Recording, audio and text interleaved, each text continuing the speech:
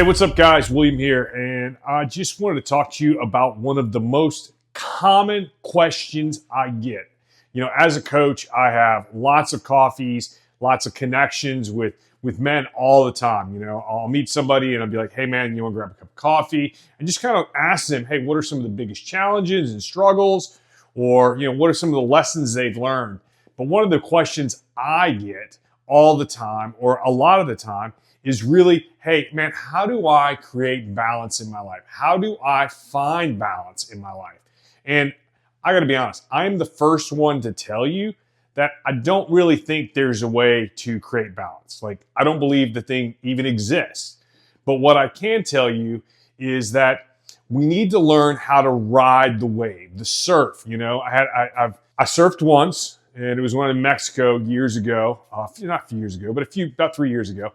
And learning how to read the wave, but then actually ride it, right? There's certain points that you have to push and start paddling, and there's certain points where the wave picks you up and carries you through that. And just like in life, like there are waves. There are certain waves that are going to come in and going to push you really hard forward, and there are waves that are going to come in and they're going to pull you back out. And so as a coach, when I start talking to guys about creating balance or finding balance in their life, the place I go first and foremost is I ask them one simple question. Hey, what's the most important thing in your life?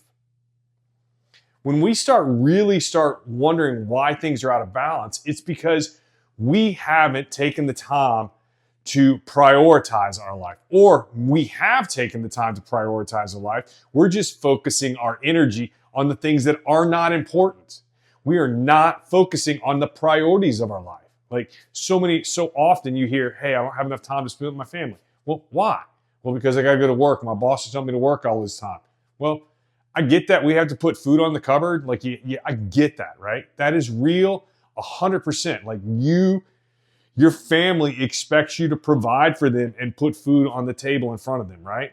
But your family also expects you to spend time with them. And so we have to prioritize how we do both. Like, it is okay to tell our bosses that, "Hey, I can't do this," right? Because every time we say no, or every time we say yes to something, we're actually saying no to something else. I usually start off this by really helping them unpack and what you should do. And what I found that works first and foremost is, hey, not just identifying what's important in your priorities, but hey, what are your core values? What are those non-negotiables when you make decisions in your life? For me, it's 3 main values: intentionality, authenticity, and humble, right?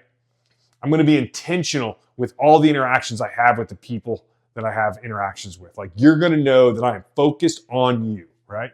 I'm going to be authentic to who I am. You're going to know who I am in the way I interact with you, the way I talk to you, the way I act as a whole, as a husband, as a father, as a friend, as a coach. You're going to get the real me. No ifs, ands, or buts about it. And humble. Like, I'm always going to remember where I came from and what I've come through. That way, I don't have to, I'm not reliving that.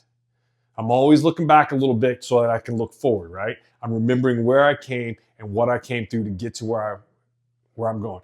And why that matters is because what it does is it gives us a framework to make decisions. It gives us guardrails to keep us focused on the things that are our priorities in life, to keep us moving forward in the direction we want to go, doing the things that we're supposed to do.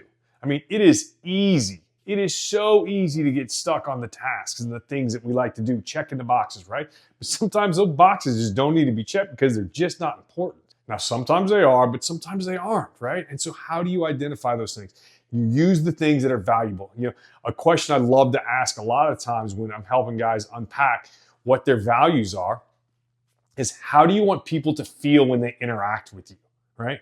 Such a great question. How do I want somebody to feel when they interact with me? I want them to know that I'm being intentional about the time that I'm giving them, that they're going to know 100% that I am 100% involved and available at this moment for them. Nothing else matters, not my phone, not the text messages, none of that matters, right? They matter. Number two is when you start to unpack them, you really need to spend some time reflecting on what you've been through in the past, right? Think about, hey, what are those things that I've experienced in the past that I don't want others to experience? Those are important to you, right? And so those start really helping revealing what those values are. That's why humble is so important to me, because there are things in my past that I've experienced that I want to make sure I never forget what it was like to come through. So that is why that is a value for me.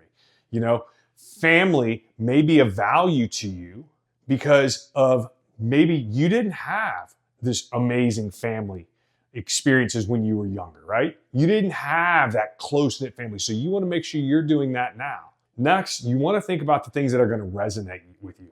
Hey, how does that make you feel when you think about that word, right? And how do you want that same feeling to be portrayed to other people?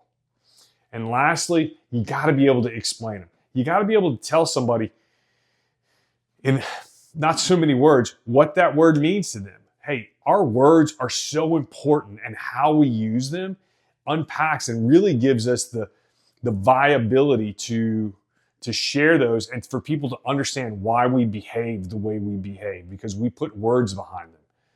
They know that I'm authentic because this is just who I am.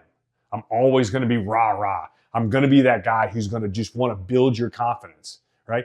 That is just who I am, and nothing in this world can change it.